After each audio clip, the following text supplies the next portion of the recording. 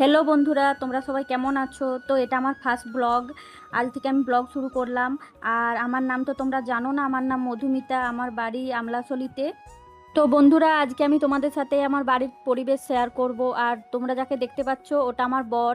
আর তোমাদের যাতে সুবিধা হয় আমি তোমাদের দাদাভাই করেই বলবো। তো বন্ধুরা, আমি বাড়ির পেছন দিকে চলে এসেছি। আর এটা আমার ফার্স্ট ব্লগ, তো তাই আমার একটু নার্ভাস লাগছে, তো তোমরা একটু মানিয়ে নিও। আনারস, কাঁঠাল সব রকমই গাছ আছে আমাদের বাগানে। আর আমি স্নান করব, তো তাই তোমাদের দাদাভাইকে বললাম যে একটু জল ঢুকিয়ে দাও, আমি স্নান করব।